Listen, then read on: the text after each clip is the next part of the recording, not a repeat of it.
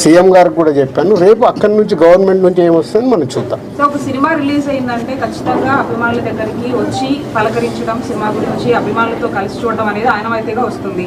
ఇప్పుడు అవన్నీ లేవని చెప్తూ ఉన్నారు. దీని గురించి మీ రియాక్షన్ ఏంటి? అట్ ది సేమ్ టైం కాదమ్మా, ఒక్క నిమిషం, ఇలాంటివి జరగడము దురదృష్టం. ఎన్నో సినిమాలు రిలీజ్ అవుతాయి, మరి ఎప్పుడు జరగవు కదా. అప్పుడప్పుడు ఎవరు కావాలని చెయ్యరు, సిచ్యువేషన్ వల్ల జరిగిన ఇన్సిడెంట్ ఇది. ఎవరైనా కావాలని చేస్తారా? ఇప్పుడు వాళ్ళు కూడా ఆనందంగా కుటుంబంతో అక్కడ చూద్దామని వచ్చారు.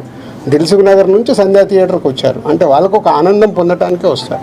దురదృష్టం ఇలాంటి సంఘటన జరగడం. ఇలాంటి సంఘటన చెయ్యాలని ఎవరు చేయరు, జరిగింది కాబట్టి దీనికి అన్ని రకాలుగా చూసుకొని చేయాల్సిన బాధ్యత పౌరులుగా మా పైన ఉంది, అలాగే మీడియా పైన కూడా ఉంది.